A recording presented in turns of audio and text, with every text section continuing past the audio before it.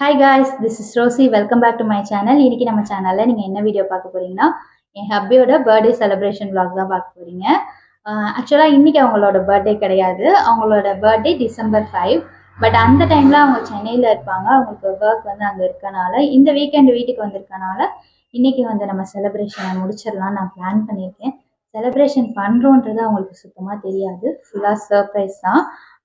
But வந்து ஒவ்வொரு டைமும் வந்து நான் ஏதாவது சர்ப்ரைஸ் பண்ணணும், கிஃப்ட் கொடுக்கணும் அப்படின்னு நினைக்கும் போதெல்லாம் வந்து அவங்க கண்டுபிடிச்சிருவாங்க. எப்படின்னே தெரியாது, ஏதாவது கண்டுபிடிச்சிருவாங்க.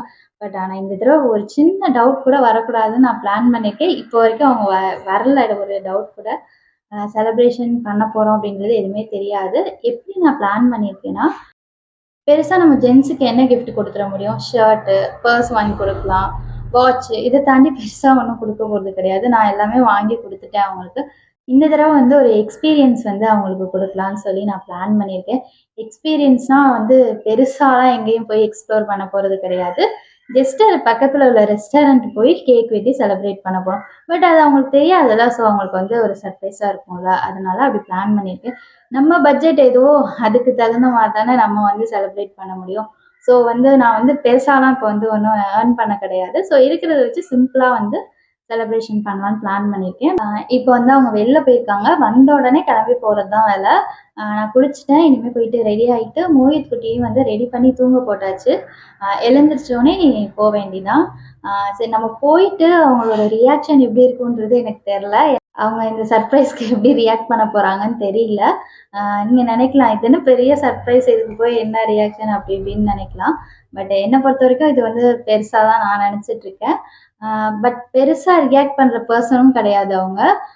உள்ளுக்குள்ளே தான் நிறைய இருக்கும். வெளியில் வந்து எக்ஸ்ப்ரெஸ் பண்ணவே மாட்டாங்க. இன்றைக்கி எப்படி ரியாக்ஷன் இருக்குது என்னன்றதை நான் வீடியோ எடுத்து உங்களுக்கு காட்ட போகிறேன். நாங்கள் பார்த்தீங்கன்னா கேஎம்எஸ் ஹக்கீம் கல்யாண பிரியாணி ரெஸ்டாரண்ட்டுக்கு தான் வந்திருந்தோம். நாங்கள் 3 பேரும் முன்னாடியே வந்துட்டோம். எங்கள் அப்பா அம்மாவை தான் கேக் வாங்கிட்டு வர சொல்லியிருந்தேன். பட் அவங்க லேட் ஆகிடுச்சு வரதுக்கு. நாங்கள் முன்னாடி வந்துட்டோம். பட் தேங்க்ஃபுல்லி மோஹித் வந்து அவங்க டேடியை வந்து வெளில கூப்பிட்டு போயிட்டான். அந்த கேப்பில் எங்கள் அப்பா அம்மா வந்துட்டாங்க. நானும் சீக்கிரம் உள்ளே போங்கன்னு உள்ளே அனுப்பி வச்சுட்டேன். ஒரு வழியாக கேக் அவங்களுக்கு தெரியாமல் உள்ளே கொண்டு போயாச்சு. அவங்க டேபிளில் உட்காந்ததுக்கப்புறம் திடீர்னு கேக் எடுத்து டேபிள் மேலே வச்சுட்டோம். அவங்க கொஞ்சம் கூட எக்ஸ்பெக்ட் பண்ணவே இல்லை. அதுவும் இல்லாமல் அன்றைக்கி அவங்க பர்த்டேவும் கிடையாது. இன்னும் 1 வீக் இருக்குது.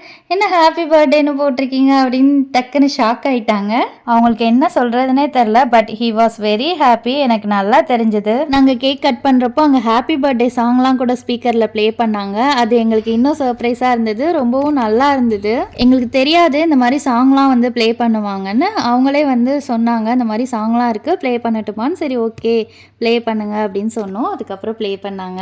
நாங்களும் மோஹித் குட்டியோட கேக் சூப்பராக கட் பண்ணி பர்த்டே செலிப்ரேட் பண்ணியாச்சு. எல்லாரும் சொல்லுவாங்க மேரேஜ் ஆன புதுசில் தான் இந்த மாதிரி செலிப்ரேஷன்லாம் பண்ணுவாங்க, அதுக்கப்புறம் நாட்கள் போக போக அதெல்லாம் ஒன்றும் இருக்காது அப்படின்னு சொல்லுவாங்க. பட் நான் அப்படி கிடையாது. இது மேரேஜ் ஆகி 6th இயர் பர்த்டே அவங்களுக்கு. ஒவ்வொரு இயரும் வந்து அவங்களுக்கு நான் கேக் வெட்டி செலிப்ரேட் பண்ணிடுவேன். டெய்லியும் நம்ம செலிப்ரேட் பண்ண முடியுமா? பர்த்டே அன்னைக்கு மட்டும்தான் செலிப்ரேட் பண்ண போகிறோம். அதுவும் இயர்லி ஒன்ஸ் தான் பண்ண போகிறோம். ஸோ அது செலிப்ரேட் பண்ணுறதுல ஒன்றும் தப்பு கிடையாது. அது மட்டும் இல்லாமல் அந்த டே ஃபுல்லாக நம்ம எல்லாத்துக்கும் ஹாப்பியாக இருக்கும்.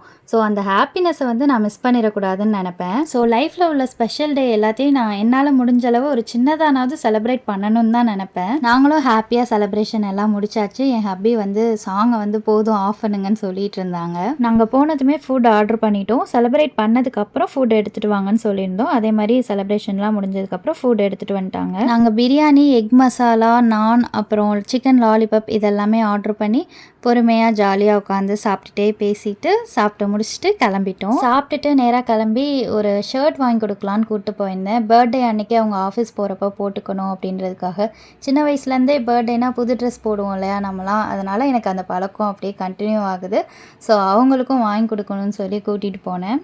அவங்க இந்த பிரிண்டட் ஷர்ட் தான் கேட்டுகிட்டே இருந்தாங்க. அதை ட்ரையல் பண்ணி பார்த்துட்டு நாங்கள் வாங்கிட்டு வீட்டுக்கு கிளம்பியாச்சு. சரி, சொல்லுங்க, சர்ப்ரைஸ் எதிர்பார்த்தீங்களா? எப்படி இருந்துச்சு உங்களுக்கு அந்த டைம்ல? சர்ப்ரைஸ் ஏன்னா நான் அந்த இடத்துல நான் எதுவும் கேட்கல, எல்லாரும் இருந்தனால, அதனால இப்ப கேட்கறேன். சொல்லுங்க. நல்லா இருந்துச்சு. எதிர்பார்த்தா கேக் வெட்டிங்க.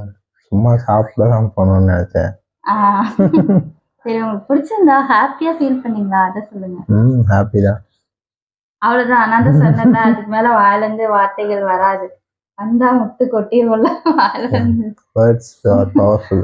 Precious words. ஸோ வந்து வெளியில வர்றது வந்து ரொம்ப கஷ்டம். நான் தான் சொன்னேன்ல, அந்த மாதிரிதான். அவ்வளவுதான் வேர்ட்ஸ் எல்லாம் வரும். ஆனா இங்க நிறைய இருக்கும். ஓகே, ஃபைனலாக இன்னொரு இன்ட்ரெஸ்டிங்கான வீடியோவில் மீட் பண்ணலாம். பாய். பாய்.